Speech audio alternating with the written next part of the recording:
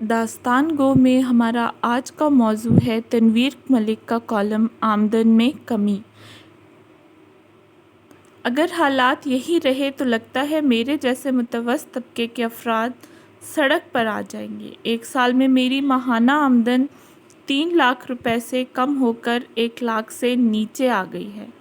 پہلے میں اپنے بھائیوں کی بھی مالی مدد کرتا تھا، لیکن اب تو اپنے خاندان کے اخراجات پورا کرنا بھی ایک مسئلہ بنتا جا رہا ہے۔ کراچی کے رہائشی منیر احمد نے ملک میں عام افراد کی کم ہوتی فی کس آمدنی کے مسائل پر ایک نجی چینل سے بات کرتے ہوئے کہا کہ چھوٹے بھائیوں کی بھی وقتاً فوقتاً مالی مدد کرتا رہتا تھا، مگر اب کسی کی مالی مدد کے بجائے خود اپنے مالی اخراجات کے لیے تگ و دو کر رہا ہوں۔ منیر احمد کراچی کے علاقے شیر شاہ میں محدود پیمانے پر کاروبار کرتے ہیں۔ ان کا کام پلاسٹک دانے کی خرید و فروخت ہے۔ 1.5 سال قبل انہوں نے کاروبار میں تھوڑی وسعت کی تھی اور اس کو ایک چھوٹا سا پلانٹ لگایا تھا، جس کی وجہ انہیں کاروبار میں حاصل ہونے والا اچھا منافع تھا۔ منیر احمد کہتے ہیں 1.5 سال قبل ان کا کاروبار اچھا چل رہا تھا اور ان کے شعبے کے دوسرے افراد بھی اچھا کام کر رہے تھے۔ اگرچہ تھوڑے بہت مسائل تھے، لیکن پھر بھی کاروبار ترقی کر رہا تھا۔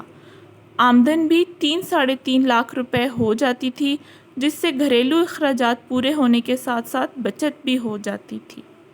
کراچی میں ایک نجی ادارے میں ایسوسی ایٹ مینیجر رمشا منہاس بھی ان دنوں آمدنی میں کمی کی وجہ سے فکر مند ہیں۔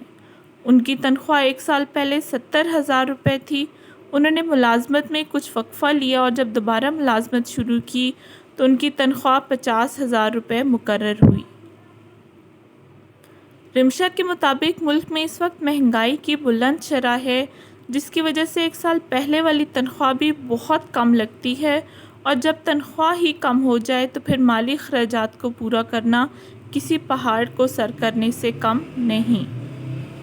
1 سال کے دوران ملک میں ایسا کیا ہوا کہ منیر احمد اور رمشا منہاس جیسے کئی افراد کی آمدنی میں کمی ہوئی؟ منیر احمد پلاسٹک دانے کو ری سائیکل کر کے مارکیٹ میں بیچتے ہیں یا اس سے پولیتھین بیگز یا شاپ پر تیار کرتے ہیں۔ ان کا اس حوالے سے کہنا ہے کہ ان کے مسائل جون 2022 کے بعد اس وقت بڑھنا شروع ہوئے جب حکومت نے درآمدات پر پابندی عائد کی اور انہیں خام مال کے حصول میں مشکلات درپیش آنا شروع ہوئیں۔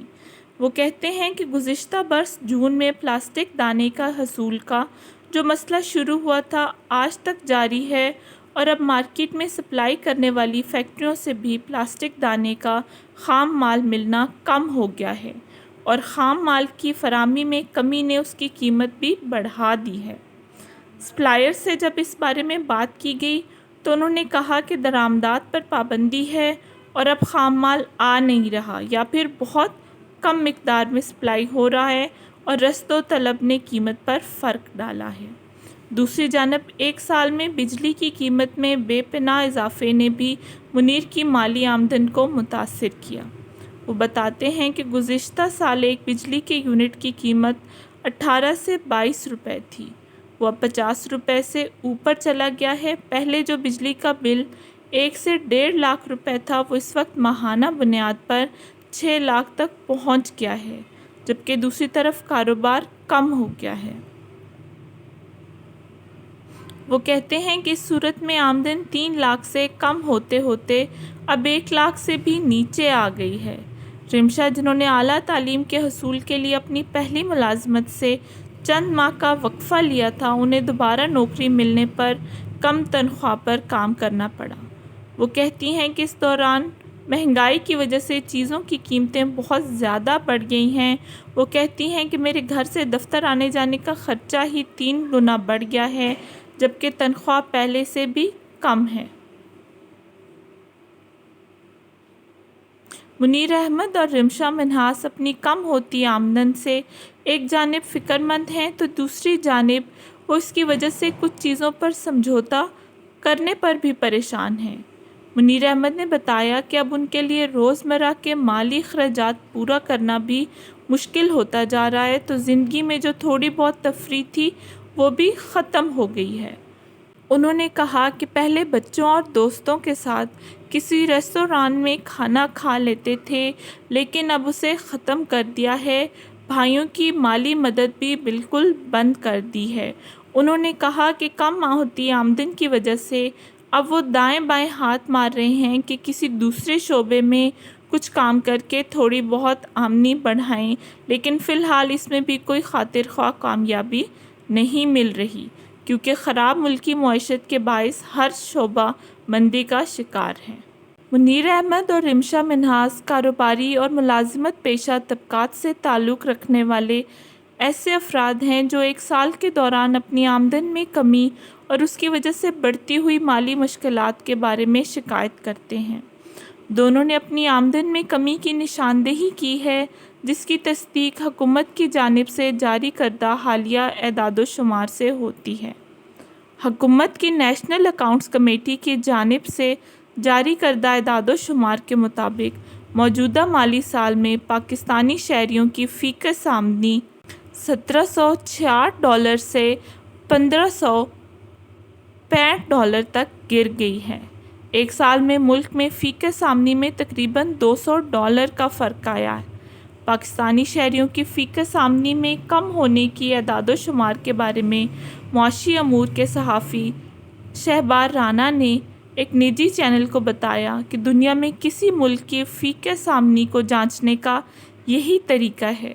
اگرچہ ملک میں دولت کی مساوانہ تقسیم نہیں اور ایک طبقہ بہت امیر اور دوسرا بہت غریب ہے، لیکن کسی ملک کی آمدنی جانچنے کے لیے دیکھا جاتا ہے کہ ڈالر کے اعتبار سے یہ کتنی رہی ہے۔ واضح رہے کہ گزشتہ مالی سال میں فی کس آمدن کے لیے ڈالر کا ریٹ $170 سے زائد تھا، جو اس سال تقریباً $250 پر رکھا گیا ہے۔ معاشی امور کی ماہر ثنا توفیق کہتی ہیں کہ دنیا میں لوگوں کی آمدن معلوم کرنے کا یہی بینچ مارک ہے۔ اگرچہ اسے مکمل طور پر صحیح اعداد و شمار تو نہیں کہا جا سکتا، تاہم یہ بڑی حد تک کسی ملک میں لوگوں کی فی کس آمدنی کی نشاندہی کرتے ہیں۔ واضح رہے، حکومت کی جانب سے جاری کردہ موجودہ مالی سال میں جی ڈی پی کے اعداد و شمار کے مطابق شرح نمو ½ سے بھی کم ہے، جبکہ گزشتہ مالی سال میں جی ڈی پی میں شرح نمو 6% سے زائد تھی۔ پاکستان انسٹی ٹیوٹ آف ڈیولپمنٹ اکنامکس میں کام کرنے والے ماہر معیشت شاہد محمود ایک نجی چینل سے بات کرتے ہوئے کہتے ہیں کہ اگر موجودہ مالی سال کا جائزہ لیا جائے تو جی ڈی پی میں کوئی خاطر خواہ اضافہ نہیں ہوا اور شرح نمو بھی نہ ہونے کے برابر ہے، جبکہ دوسری جانب آبادی میں بہت زیادہ اضافہ ہو رہا ہے۔ اب جب اس آبادی کو دیکھا جائے تو لازمی طور پر نمبر نیچے ہوگا۔ وہ کہتے ہیں معیشت میں شرح نمو نہ ہونے کی وجہ سے انڈسٹری، زراعت اور خدمات کے شعبے میں اس وقت سست روی یا منفی شرح کا رجحان ہے۔ واضح رہے کہ نیشنل اکاؤنٹس کمیٹی کے مطابق ملک میں موجودہ مالی سال میں صنعتی شعبے میں ترقی منفی رہے گی، جبکہ زراعت اور خدمات کے شعبے میں معمولی شرح نمو رہے گی۔ پاکستان میں اس وقت صنعتی شعبہ درآمدات پر پابندی کی وجہ سے خام مال کی عدم دستیابی کے باعث مشکلات کا شکار ہے۔ پاکستان کی برآمدات بھی موجودہ سال میں گراوٹ کا شکار رہی ہیں، جبکہ دوسری جانب بجلی اور گیس کی قیمتوں میں اضافے نے بھی صنعتی شعبے کو شدید متاثر کیا ہے۔ امید ہے آپ کو ہماری کوشش پسند آئی ہوگی۔ مزید اچھے شاندار موضوعات کے لیے ہمارے چینل کو لائک، سبسکرائب اور شیئر کریں۔ شکریہ۔ اللہ حافظ۔